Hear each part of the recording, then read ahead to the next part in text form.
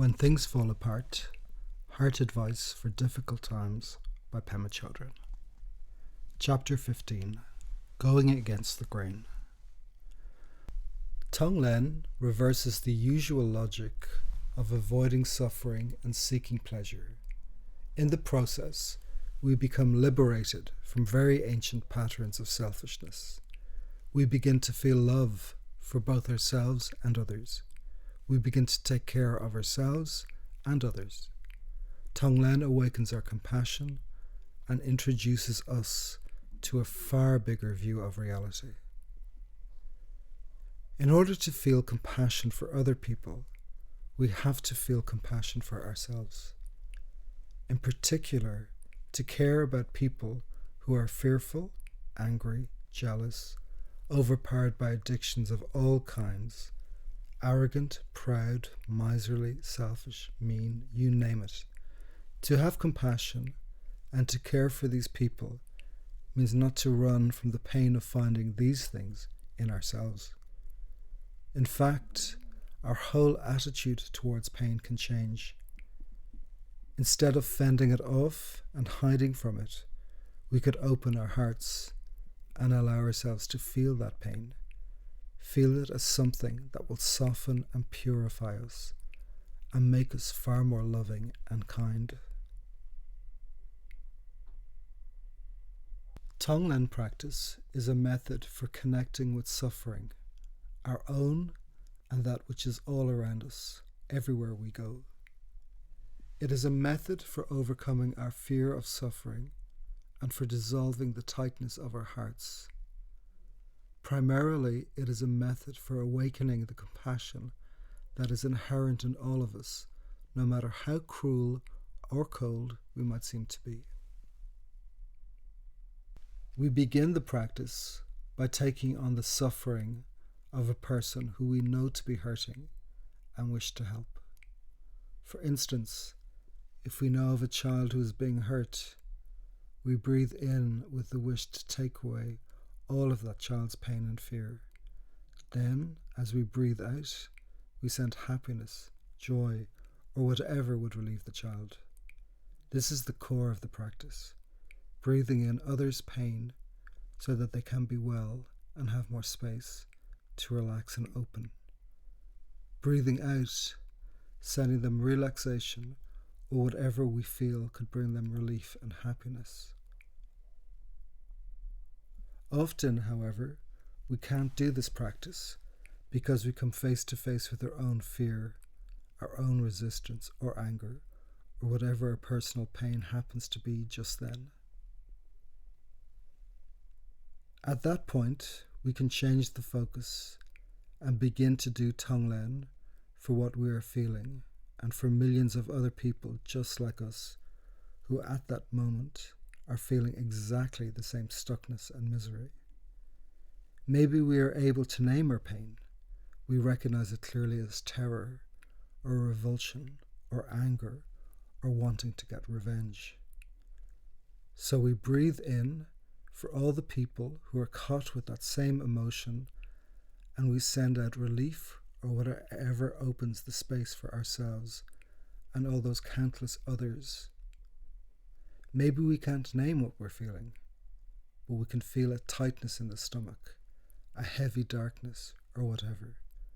We simply contact what we are feeling and breathe in, take it in for all of us, and send out relief to all of us. People often say that this practice goes against the grain of how we usually hold ourselves together.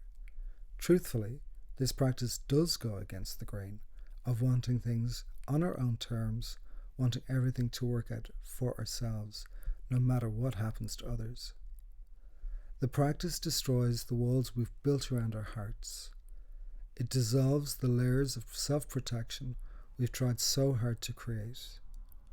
In Buddhist language, one would say that it dissolves the fixation and clinging of ego. Tonglen reverses the usual logic of avoiding suffering and seeking pleasure. In the process, we become liberated from very ancient patterns of selfishness. we begin to feel love for both ourselves and others. We begin to take care of ourselves and others.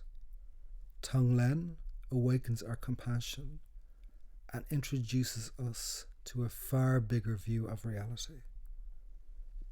It introduces us to the unlimited spaciousness of shunyata. By doing the practice, we begin to connect with the open dimension of our being. At first, this allows us to experience things as not such a big deal and not so solid as they seemed before. Tonglen can be done for those who are ill, those who are dying or have died, those who are in pain of any kind. It can be done as a formal meditation practice or right on the spot at any time. We are out walking and we see someone in pain. Right on the spot, we can begin to breathe in that person's pain and send out relief. Or we are just as likely to see someone in pain and look away. The pain brings up our fear or anger. It brings up our resistance and confusion. So on the spot, we can do Tonglen for all the people just like ourselves. All those who wish to be compassionate, but instead are afraid. Who wish to be brave, but instead are cowardly.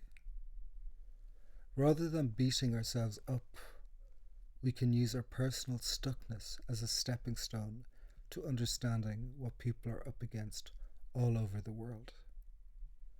Breathe in for all of us and breathe out for all of us. Use what seemed like poison as medicine. We can use our personal suffering as the path to compassion for all beings. When you do Tonglen on the spot, simply breathe in and breathe out, taking in pain and sending out spaciousness and relief. When you do Tonglen as a formal meditation practice, it has 4 stages. First, rest your mind briefly for a second or 2 in a state of openness or stillness. This stage is traditionally called flashing on absolute bodhicitta, or suddenly opening to basic spaciousness and clarity. Second, work with texture. Breathe in a feeling of hot, dark and heavy, a sense of claustrophobia, and breathe out a feeling of cool, bright and light, a sense of freshness. Breathe in completely through all the pores of your body, and breathe out, radiate out completely through all the pores of your body. Do this until it feels synchronized with your in and out breath. Third, work with a personal situation, any painful situation that's real to you. Traditionally, you begin by doing Tonglen for someone you care about and wish to help.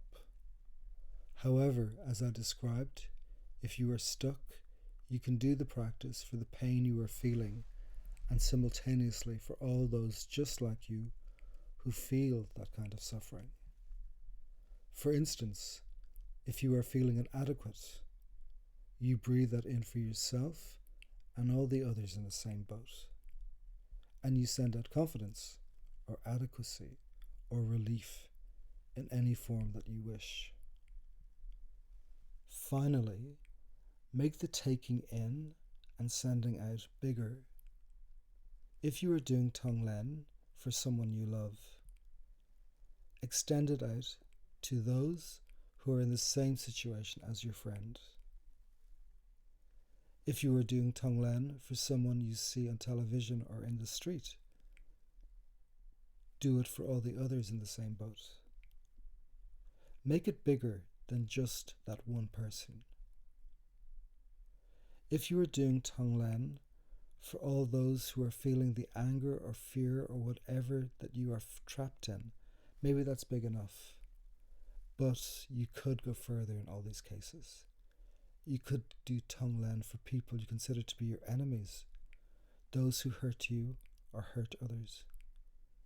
Do Tonglen for them, thinking of them as having the same confusion and stuckness as your friend or yourself. Breathe in their pain and send them relief. Tonglen can extend infinitely.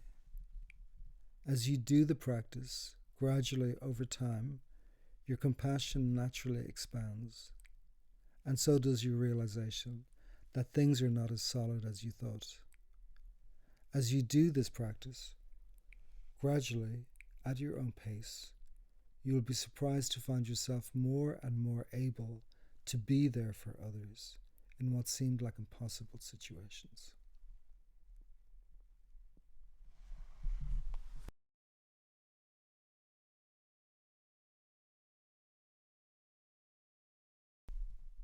Going Against the Grain, Chapter 15, read by Belfast Buddhist.